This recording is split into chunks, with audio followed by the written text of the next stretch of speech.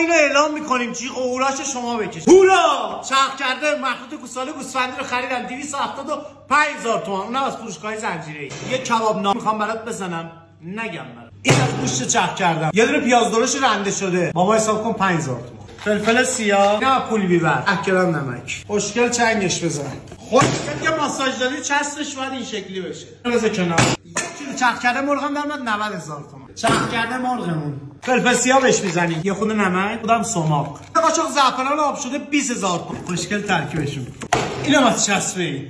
5 تا نان لواش در 5,000 تومان. اون لواش پهن کن. یا. گوشت. با یه قاشق قشنگ پهنش کن.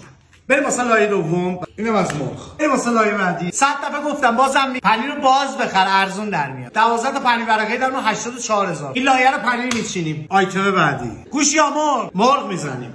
ویلو. دل شده یک کاسه خون بلبم یاغ جنون. لایه بعدی. اینم گوشت. قوقایی کرده این کبابا. حالا هر جا میرسم داد میزنه. فلفل دلمه‌ای بیا. مرسی. فلفل دلمه‌ای رنگی. یه فشار با دست بیا. نون لواش تموم شد. نون لواش ما بده 1000 تومان بدن بده. صبح حساب.